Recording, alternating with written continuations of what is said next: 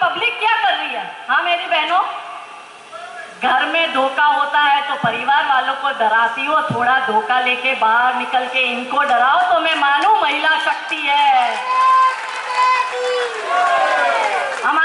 हमारे समाज में क्या है ना, महिला शक्ति की डेफिनेशन चेंज हो गई है। बुरा मत माना मेरी बहनों, मेरे को थोड़ा कड़वा ही बोलना आता है। अच्छा बोलती हूँ, कड़वा बोलती हूँ, सच्चा बोलती हूँ, लाग लपेट आता नहीं है। तो हमारी बहनों को महिला शक्ति मतलब उसकी परिभाषा यह है कि 4 सैनिटरी पैड गांव में जाके दो, उसके 50 फोटो खिंचवाओ, मंच पे आके फोटो डालो, हैशटैग महिला शक्ति लिख दो।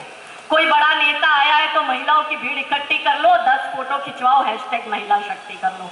या एक मरीज को 4 केले देके 50 फोटो खिंचवाओ, या कहीं पे एक वृक्षारोपण कर 10 फोटो खिंचवाओ और हैशटैग महिला शक्ति। यह होती है महिला शक्ति। मेरी बहनों, महिला शक्ति उसे कहते हैं कि कोई जिहादी तुम्हारी बेटी उठा के ले जाए ना, तो उस जिहादी को वही 10 फुट गाड़ कर अपनी बेटी को वापस समाज में लाए, ये महिला शक्ति है। तो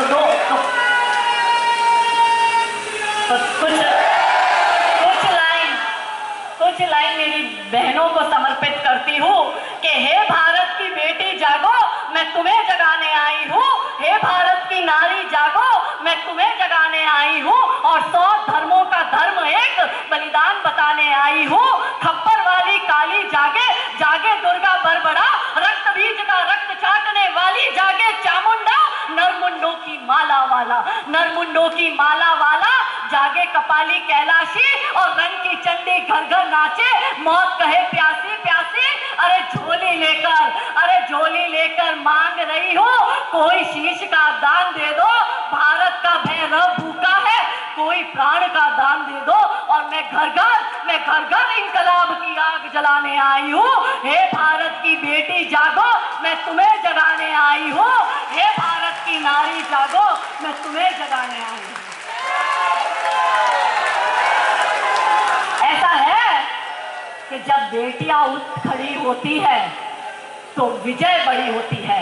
इनकी बहनों को देखो, बुर्खा पहन के दिल्ली में शाहीन बाग बनाया था ना, 6 महीना बैठी थी ना, सरकार हिल गई थी दिल्ली की।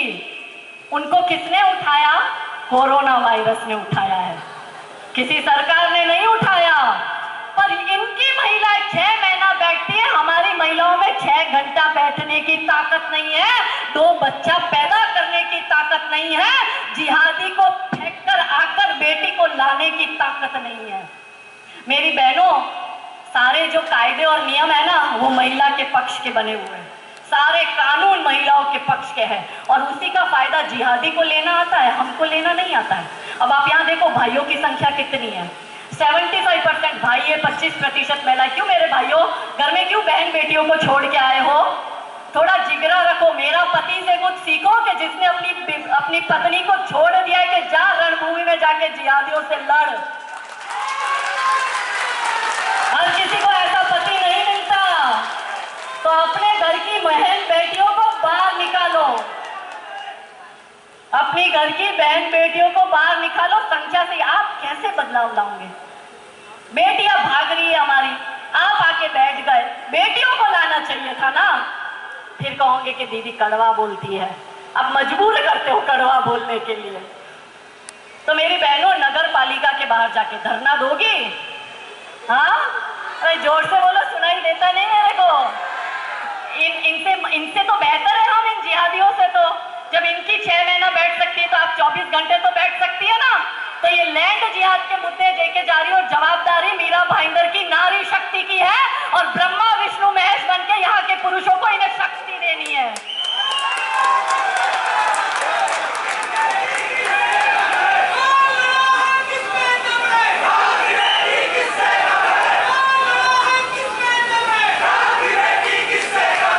दूसरा, नया नगर।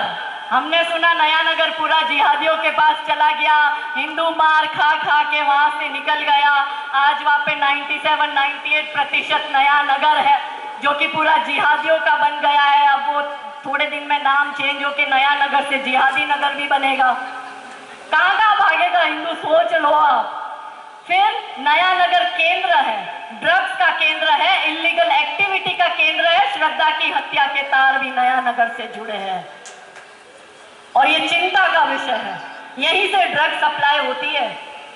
आपके बच्चों के बैग में ड्रग्स है। मैं ये नहीं कहती उनकी जासूसी करो, मैं कहती हूँ बच्चों को संस्कार ऐसे दो कि कोई भी आ जाए आपका बच्चा पथ विहीन मार्ग से भ्रमित न हो पाए, इसका आपको आश्वासन रखना होगा। इसके बाद है शांति नगर। जिहादियों ने कब्जा कर लिया ना, पूनम गार्डन किया ना, जैसल पार्क, मैंने अपना बचपन जैसल पार्क के गार्डन में खेल के बिताया है। मुझे कल पता चला कि जैसल पार्क में जो रेड़ी लगाने वाले हैं वो सारे के सारे जिहादी है। अब शांति नगर, पूनम गार्डन, जैसल पार्क, भाईंदर वेस्ट, सारे ठेले वाले, फ्रूट्स वाले, वेजिटेबल वाले जिहादी। आपको पता है ये जिहादी क्या करते हैं? मेरी बहनों, 10 रुपया बचाने के लिए जिहादी के पास सब्जी फ्रूट लेते हो, वो उसमें नपुंसकता की दवाई मिलाता है। अब आप देखो, आपके कुटुंब में आपका मानो 3 या 4 भाइयों का परिवार है, तो उसमें से एक जोड़ा ऐसा होगा जिसके 5-7 साल हो गए होंगे, फिर भी बच्चा नहीं हो रहा होगा, दवाइयाँ करवानी पड़ रही है। पिछले 5 साल में ये सिचुएशन खड़ी हुई है और वो इसलिए कि ये जिहादी षड्यंत्र पूर्वक फ्रूट्स और वेजिटेबल पर कब्जा करे हैं और हिंदुओं को नपुंसकता की दवाई दे रहे हैं। और जो इन जिहादियों के रेस्टोरेंट और होटल है ना, वो जैसे ही देखते हैं कि नया जोड़ा, नव युगल आया है शादी करा हुआ, तो उसके खाने में ये नपुंसकता की दवाई मिलाते हैं। थोड़ा महंगा खरीदो, कोई बात नहीं, पैसा हिंदू के घर जा रहा है ना। आपकी पीढ़ियों को बर्बाद करने के सारे षड्यंत्र चल रहे हैं। इसके बाद में स्कूल और कॉलेज में ड्रग्स पहुंच चुकी है। लव जिहाद के मैटर मीरा भाईंदर में इंक्रीज हुए और जो ये मैंग्रोव्स की जमीन है उत्तर इलाके में, वो उस मैंग्रोव्स की जमीन पर पहले इन्होंने मजार बनाई, वो जगह बढ़ाते बढ़ाते वहां पे दरगाह बनाई, अवैध दरगाह बनाई और आज वो आंतरिक सुरक्षा का मामला हो गया है। भारत सरकार को रिपोर्ट गई है, पर यहाँ की नगर पालिका में हिम्मत कहाँ है। अभी हिंदू का छोटा मंदिर तोड़ना हो तो मूंछों पे ताव देके तोड़ के आते हैं। अरे तुम मर्द के बच्चे हो तो ये मजार हटा के तो दिखाओ कि अपना मान नहीं देंगे, अपनी पहचान नहीं देंगे, अपने भारत की इंच भर भी भूमि दान नहीं देंगे और भारत माँ के टुकड़े कर दे। अब वो जिहादी रहे नहीं और हिंदू फिर से गद्दारों को पाकिस्तान नहीं देंगे। अभी एक न्यूज चैनल के डिबेट में थी थोड़े दिन पहले, तो हिंदू राष्ट्र की बात चली तो मौलाना डिबेट में उछल उछल के कह रहा था कि ये हिंदू राष्ट्र नहीं है, ये सेक्युलर देश है, यहाँ पे मुसलमानों का भी उतना ही हक है जितना हिंदुओं का है। तो मौलाना को आदत है ना शेर और शायरी करने की, तो मौलाना ने शायरी करी कि सभी का खून शामिल है इस मिट्टी में, किसी के बाप का हिंदुस्तान थोड़ी है।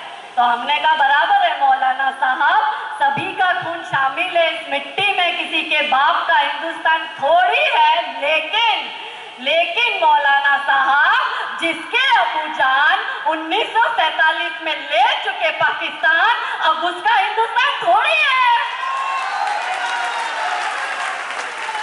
तो मौलाना ने कहा कि ये हिंदू आतंकवाद है। मैंने मौलाना साहब को कहा कि मौलाना साहब 100 करोड़ हिंदुओं के बीच में रह के, 80% हिंदुओं के बीच में रह के हिंदू आतंकवाद उसी को दिखता है जिसको पड़ोसी में अब्बा और पाकिस्तान में जीजा दिखता है। तो मौलाना साहब कहे कि ये पूरा भगवामय करना चाहते हैं भारत को, भारत में ये भगवा ध्वज चढ़ाना चाहते हैं। तो हमने मौलाना साहब को कहा कि मौलाना साहब, हिंदू की पहचान है भगवा, गीता वेद पुराण है भगवा। अरे अब्दुल्लो इतना सुन लो, सारा हिंदुस्तान है भगवा। और अंत में मेरे भाइयों बहनों, शोभा यात्रा, रथ यात्रा, सब पर ये लोग पत्थरबाजी करते हैं। आप भाईचारे का चूरन चाटते रहो, आप झुनझुना बजाते रहो, पर उस भाई को पता है कि ये ही हिंदू मेरा भाई और इसी को मुझे चारा बनाना है। सब जगह पत्थरबाजी करते हैं। नवरात्रि पर पत्थरबाजी करेंगे, राम जन्मभूमि यात्रा पर पत्थरबाजी करेंगे। तो इनका बहुत क्लियर है। नुपुर शर्मा की एक छोटी सी बात पर इन्होंने अमरावती के उमेश काले को मारा, राजस्थान के कन्हैया कुमार को मारा, किशन भरवाड़ गुजरात को मारा, प्रवीण तांबे कर्नाटक को मारा, और खुले आम तलवारें लहराते हुए ये नारे लगाते हैं कि गुस्ताखे रसूल की एक ही सजा, सब तन से जुदा।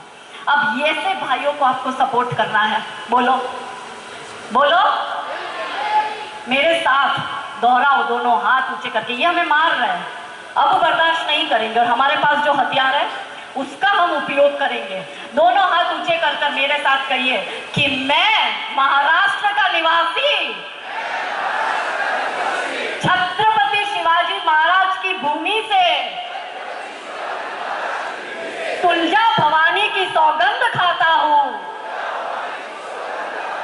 कि जिहादियों का आर्थिक बहिष्कार करेंगे, व्यवसाय केवल हिंदू को देंगे, नौकरी केवल हिंदू को देंगे। अरे वो अब्दुल सुनता है तो सुन ले, नया नगर वाला, देख मेरे भाईंदर का हिंदू तेरा आर्थिक बहिष्कार कर रहा है। कि जब जिहादी खुल्लम खुल्ला तलवारें लहराते हो और हमारी यात्राओं पर पत्थर फेंके जाते हो, जब इनके भौपू दिन में 5 बार चिल्लाते हो और चालीसा पढ़ने वाले जेल में डाले जाते हो, पीड़ा कहूंगी हर हिंदू की, हर जिहादी का कृत्य कहूंगी, और तुम्हें मुबारक भाईचारा, मैं तो केवल सत्य कहूंगी। हमने सुना भाई कि मुंबई में हनुमान चालीसा पढ़ने वालों को जेल में डाला जाता है, बराबर ना। अब जिन्होंने डाले उनके हाथ से उनके तीर कमान भी चले गए। ऐसा है मेरे भाइयों कि जो रामद्रोही है, 2 पंक्तियां ऐसे लोगों को समर्पित करती हूं कि जो कहे थे राम ना, वो राम को जचे नहीं, और रामद्रोहियों के राज भी बचे नहीं।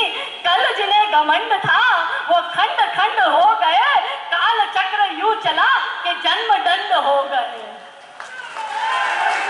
तो मेरे भाइयों बहनों, ऐसे सारे रामद्रोहियों को जवाब देने के लिए बोलो, हनुमान चालीसा का पाठ करने के लिए तैयार हो?